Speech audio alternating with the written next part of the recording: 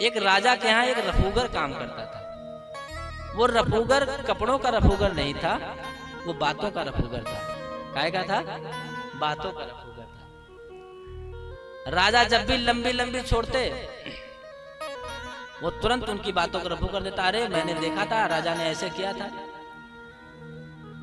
तो राजा को बड़ा प्रिय था कि राजा कितना भी बड़ा झूठ बोल दे, वो रफूगर उनकी बातों को रफू कर देता था। एक समय क्या हुआ, राजा अपनी सभा में बैठे थे, पूरी खचाखच सभा भरी। उन्होंने कहा, कल मैं जब शिकार करने गया तो मैंने एक ऐसा बाण मारा हिरन को कि उसकी एड़ी, पैर की एड़ी और उसकी आंख दोनों में एक ही बाण लग गया। अब सोचने लगे लोग कि ये आंख यहाँ और पैर उसका यहाँ, उसकी एड़ी यहाँ कैसे पहुंची, कैसे बाण लगा होगा, मतलब ये कैसे दोनों में एक साथ लग सकता है, पैर तो नीचे और ये यहाँ पर है, और फिर एंगल कैसे बनेगा। सब लोग चिंतित हो गए। राजा ने रफूगर की ओर देखा, बातों का जो रफूगर था, उसने कहा, अरे तुम तो थे, बताओ कैसे हमने किया था। उसने कहा, अरे महाराज ने मेरे सामने ये कृत्य किया था, चमत्कार। कैसे किया था?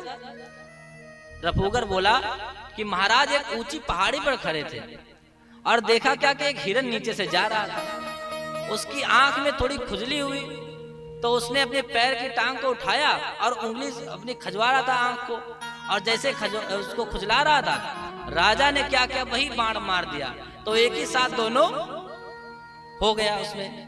सब लोग कहने लगे, वाह वाह वाह, राजा कितने बड़े तीरंदाज हैं, देखो ऐसा कोई कर ही नहीं सकता है, इतना बड़ा निशाना मार दिया। अगले दिन सुबह हुई, राजा थोड़ा लेट उठते थे, रफूगर अपना उठा, नहाया धोया और अपना झोला झंडा उठाया और वो चला जा रहा था।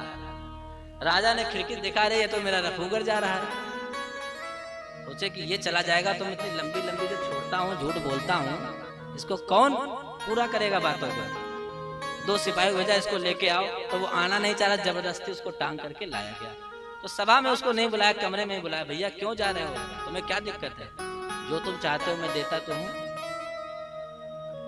रफूगर ने कहा, जो बातों का रफूगर था, कि महाराज जी कपड़ों में छोटे छोटे छेद हो तो उनको मैं रफू कर सकता हूँ, आपने तो पूरा तिरपाल फाड़ दिया, इतना मैं कहां से रफू कर पाऊंगा।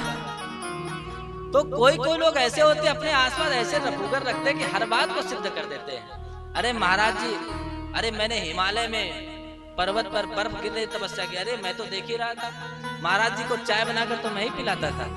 अब 2 गवाह एक ही पास हो गए तो बात रफू हो गई वो बात। तो दूसरा जो बैठा है वो प्रश्न भी नहीं कर सकता आपसे। तो प्रशंसा से बचना चाहिए।